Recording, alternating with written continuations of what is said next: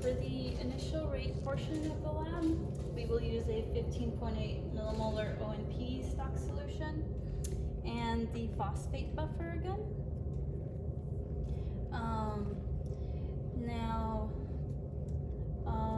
I have made 11 dilutions.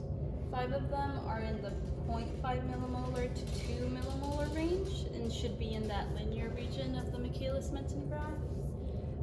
4 of them should be in the curvature area, and they're from this one's 2 millimolar out to the about 6, and then approximately 10, and then I think this one's 15 for that plateau region. And then those concentrations are based off of using 15 microliters of enzyme. If you have a different volume of enzyme you're using, those are going to vary. So ONPG is clear, so they all essentially look clear. It's hard to even tell. But essentially you fill out your plate by the first column is your blank again, and then these are all of the different dilutions.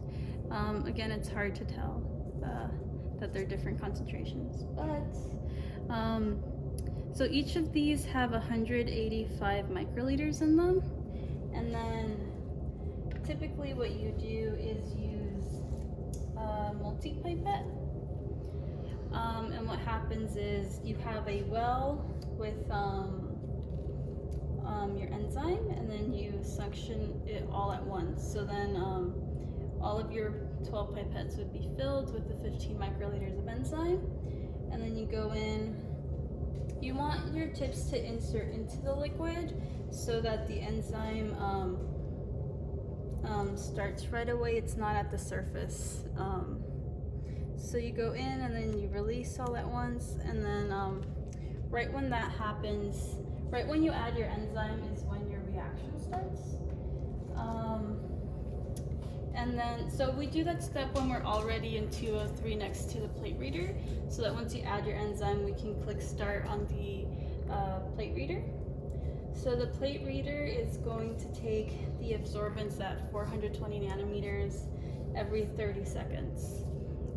So your first data point on the Excel sheet you get from the plate reader, I believe says 31 seconds, but you also have to add some lag time between when you added the enzyme and when the plate reader actually started.